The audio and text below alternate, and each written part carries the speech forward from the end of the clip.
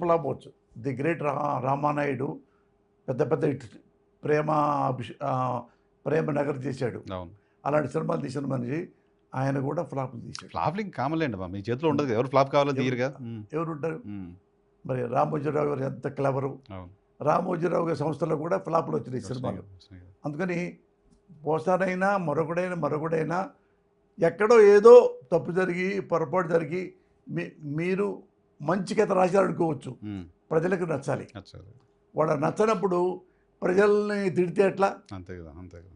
ఏదో తప్పు జరిగింది అందుకనే సినిమా ఆళ్ళ, మరి ఏదో బాగుంది దురేంద్ర వచ్చింది కదా. మీ 3 సినిమాలు నేను అది చూసిన.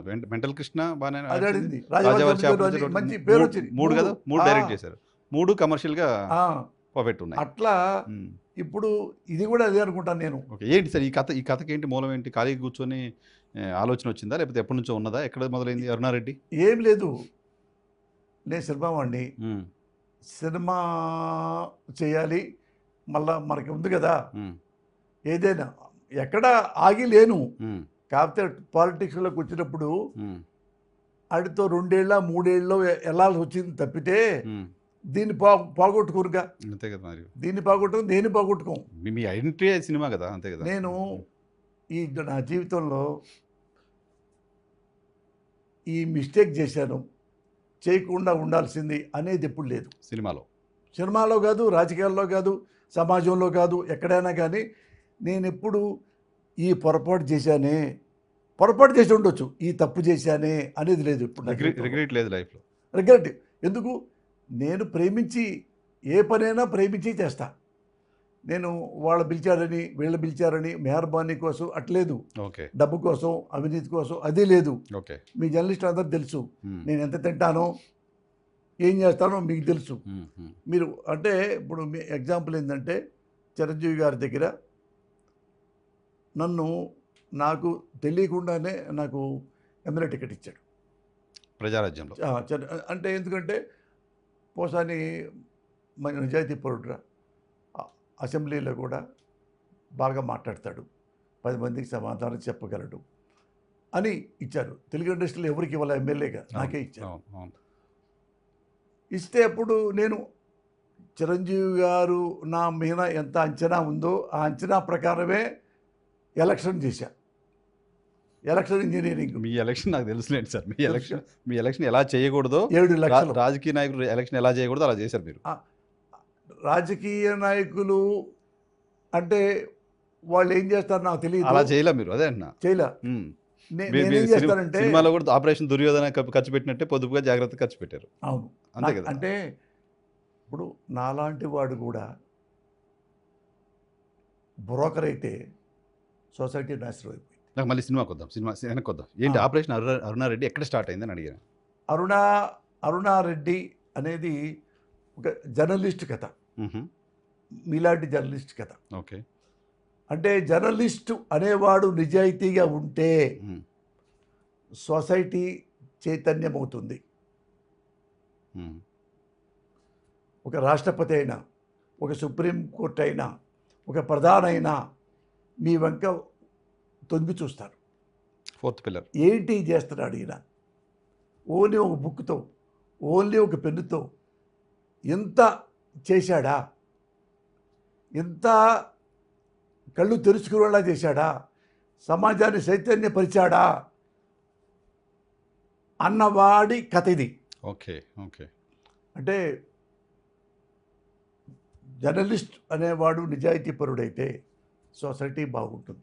కానీ జర్నలిస్టుల పైన చాలా స్టోరీస్ వచ్చాయి ఇప్పటికీ, ఉండొచ్చు. ఇదేంటి వాటికి వీటికి డిఫరెన్స్ ఏంటి? మీరు తీసిన మూవీకి దానికి డిఫరెన్స్ ఏంటి? అంటే ఇవి అంటే ఎమోషన్, డబ్బులు, వాళ్ళు కొట్టుకోవటాలు, వచ్చి పొడవటాలు, విలన్స్ వచ్చి బీరబట్టాలు, అలాంటివి కాదు ఇది. ఓకే. అతనికి ఆమె చెప్పింది, ఏం చెప్పిందంటే నేను ఒక యూనివర్సిటీలో జర్నలిస్ట్, నా పేరు బొమ్మారెడ్డి అరుణారెడ్డి, నేను ఒక టీవీకి వచ్చా, ఒక ఛానల్లో పనిచేయడానికి వచ్చా, నన్ను ఫ్రీగా ఇచ్చాడు ఆ చైర్మన్. నేనేం మీ ప్రజలకు నేను చెప్పదలుచుకున్నానంటే రాజకీయం అంటే నథింగ్ బట్ సర్వీస్. అలా కాకుండా ఎవరు ప్రజాసేవ కోసం రాజకీయాల్లోకి వస్తారో వాళ్ళని ప్రజల ముందు పెడతా. ఎవరు వ్యాపారం కోసం రాజకీయాల్లోకి వస్తారో వాళ్ళ పేర్లు పెడతా. ఓకే. ఆ పేర్లు ఈ పేర్లు రెండు పెడతా ప్రజల మధ్య. మీరు ఎవరిని చూజ్ చేసుకుంటారో చూసుకోండి.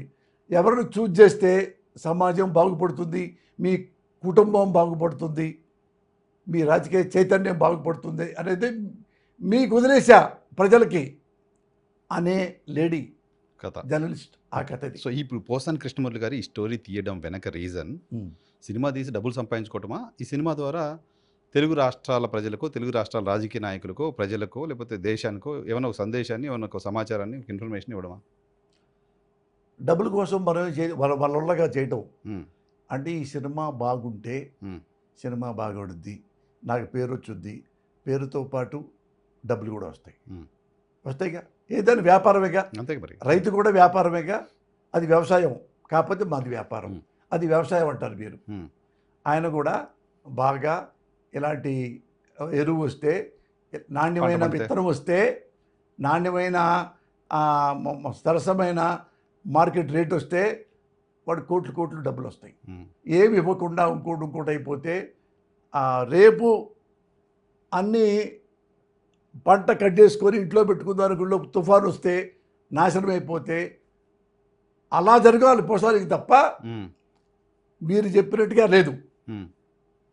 ఆ డబ్బుల కోసం వ్యాపారం, సినిమా అంటే డబ్బుల కోసమే సినిమా ఆడుద్ది అంటే నేను నమ్మను.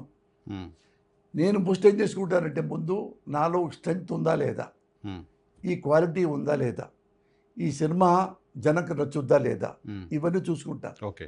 అప్పుడు 1 నెల 2 నెలలు 3 నెలలు కూడా ఇది బాగా చండాలం, బాగాలేదు, ఇది ఏం చూస్తాడు, ఇందులో చూసి ఏం ఫీల్ అవుతాడు, కనీసం ఆలోచనలు ఎక్కర్లా, ఆనందంగా ఉండాలి, ఎమోషన్గా ఉండాలి, నా పాయింట్ సెంటిమెంట్గా ఉండాలి. నా పాయింట్ ఏంటంటే పోసాని ఒకటి సమాజం గురించి అనుకుంటున్నారు, ఆ అనుకుంటున్న దాన్ని ఆపరేషన్ అరుణారెడ్డి అనే క్యారెక్టర్ ద్వారా సమాజానికి చెప్పదలుచుకున్నారు. ఒక వెర్షన్. పోసాని చాలా రోజులు అయిపోతుంది, ఒక సినిమా ప్రొడ్యూస్ చేద్దాం అనుకుంటున్నారు, మొదటిసారి ప్రొడ్యూస్ చేసి ₹4 సంపాదించుకుందాం అనుకుంటున్నారు. సంపాదించుకోవాలి కాబట్టి కమర్షియల్ ఎలిమెంట్స్ కూడా అన్ని పెట్టి సినిమా తీస్తున్నారు. ఇదా ఈ 2 పాయింట్స్లో ఏది అని అడుగుతారు? అంటే ఎట్లా ఉంటుందంటే,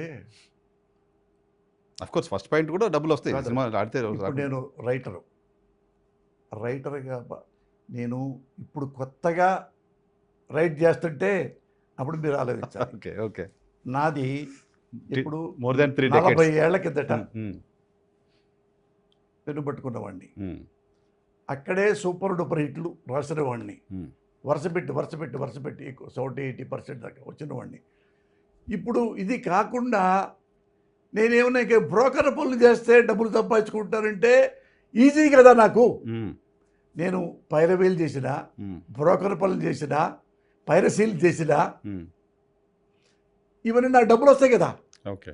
ఇక్కడ రావటం మీ దగ్గరికి, so making money is not, journalist దగ్గరికి నేను రావటం 100% వేస్తాడు. అలా కాకుండా బ్రోకర్ పనులు చేసేవారు అక్కడో పెద్దవాడి దగ్గర కూర్చొని ఎంత డబ్బులు. సో మీకు తెలిసిన పని చేద్దాం అనుకున్నారు అంతే, మీకు తెలిసిన పని, మీకు వచ్చిన పని. ఇది నాకు తెలిసింది ఏంటంటే, నా కథ తెలుసు, మంచితనం తెలుసు, హ్యూమానిటీ తెలుసు, లంగా పనులు నాకు తెలియవు, బ్రోకర్ పనులు తెలియవు, చీటింగ్ నాకు తెలియవు. ఎట్టయినా కానీ ఏదో ఒకటి తోసేసేసి ఈ డబ్బులు సంపాదించాలి అనేది నాకు తెలియవు. నాకు తెలిసింది ఏంటంటే, నేను బాగా రాస్తే, డైలాగ్స్ బాగా రాస్తే, కథ బాగా రాస్తే, స్క్రీన్ ప్లే బాగా రాస్తే, సినిమా ఆడితే పేరు వచ్చింది, పేరుతో పాటు డబ్బులు వస్తాయి. అంతే. ఈ 2 నా కాన్సెప్ట్ ఉంది. ఓకే. పేరు వస్తుంది, దాంతో డబ్బులు ఆటోమేటిక్ రాకూడదు దేనికి, అంతే కదా. ఎక్కడైనా ఎవరైనా ఇప్పుడు ఒక ఐఏఎస్ ఆఫీసర్ అయినా, ఐపీఎస్ ఆఫీసర్ అయినా కానీ, నేను ఈ కాకి బట్టలు వేసుకున్నాను, ఈ బాకీ బట్టలు తెచ్చుకుంటే ఎంతమంది ప్రజల్ని, ఈ సొసైటీని నేను ఎంతో బాగా ముద్దేశాను అనగానే వాడికి పద్మశ్రీ వస్తుంది, లేకపోతే ఇంకోటి వస్తుంది. అవి వాడికి జీతం ఇంకోసమే చూడలా. నేను పెద్ద సిన్సియర్, హానెస్ట్ అంటే చనిపోతే ఇది కూడా పెడతారు, విగ్రహం కూడా పెడతారు. ఇక్కడ పెట్టారు నారాయణ ఉంది కదా చిక్కడపల్లి పక్కన, అక్కడ ఒక పోలీస్ ఆఫీసర్ ఒక రూమ్ పెట్టారు. ఇక్కడ ఉమేష్ చంద్ర గారు ఎప్పుడో ఒక ఆఫీసర్ పెద్ద పోలీస్ అధికారి ఉంది, చాలా ఉన్నాయి. చాలా మంది.